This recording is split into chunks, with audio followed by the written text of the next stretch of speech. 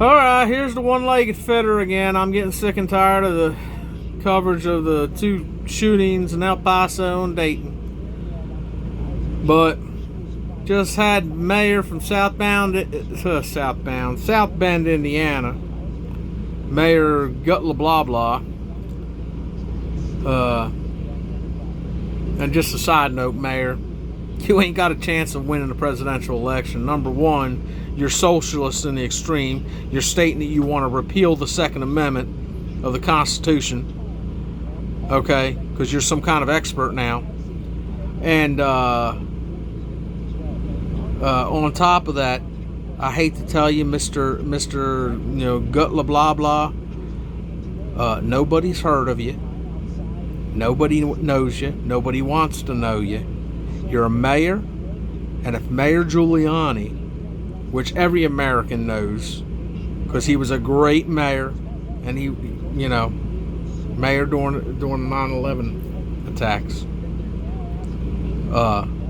he ran for president, and he didn't get it. Some no-name like you ain't gonna friggin' become president. So you might as well just drop your ass out now. But anyway, that got me on a little tangent.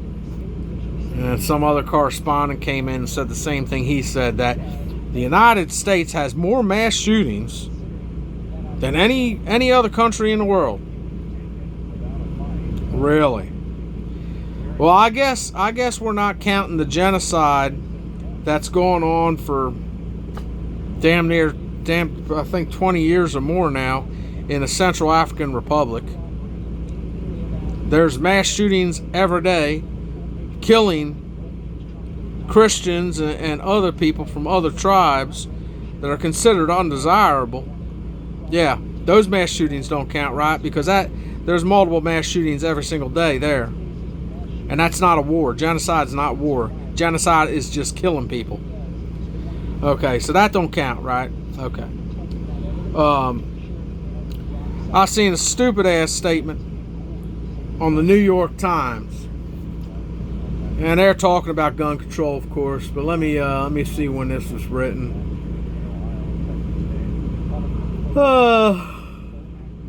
Good God, where's the date? Okay, let's see here. Well, okay, this was back in November 7th, 2017. I'm not going to go through the whole anti-gun article, but I will go to one little line that they said in this article.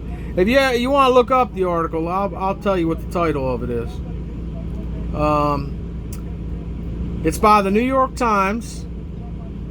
The title of the article is "What Explains U.S. Mass Shootings? International Comparisons Suggest an Answer."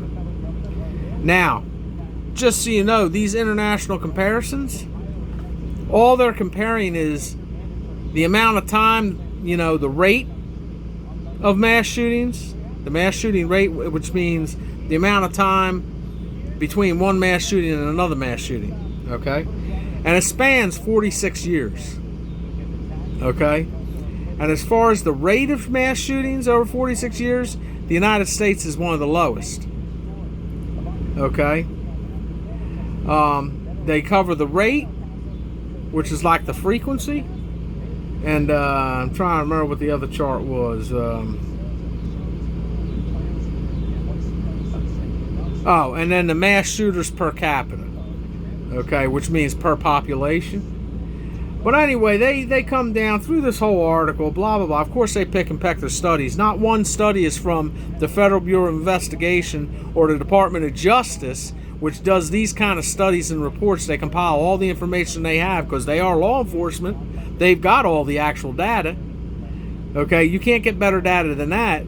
They don't use those studies at all. They don't use their numbers. They use numbers from some independent thinker who don't have all the information. But this is what was written, which I think is kind of funny. Almost at the end of the article, they sit there and they say that more gun ownership corresponds with more gun murders across virtually every axis. At the bottom, after this paragraph is in the paragraph also, it also says gun control legislation tends to reduce gun murders. According to a recent analysis of 130 studies from 10 countries. Well, that's completely untrue, because the Department of Justice and the FBI has shown that in America, gun control does not work, and gun control areas are where the highest rates of gun crime, violence, and murder happen. That's where it happens. So I don't understand what analysis they're looking at. Of course, they're choosing the ones that they want. But right after that, this is what they say. A sentence all by itself. Get ready, gun owners. You're going to like this one. You ready? Hold on to your guns. Hold on to your guns for serious, because when I read this, that gun might get an idea. This suggests that the guns themselves... You ready? You got your hand on that gun, right? I got a hand on mine. I ain't letting it out of that holster. This suggests that the gun themselves... Hold on a second. You know what? I better do this the right way.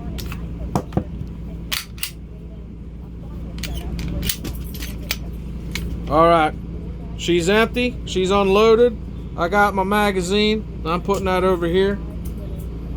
I'm putting that over there. All right, let's try this again. Ammunition ain't even near the gun. This suggests that the guns themselves, I'm watching you, cause the violence. Guns cause gun violence. Ain't that something? The guns themselves cause the violence. This is why the Democrats are going to find it be very hard pressed to win elections anywhere anymore.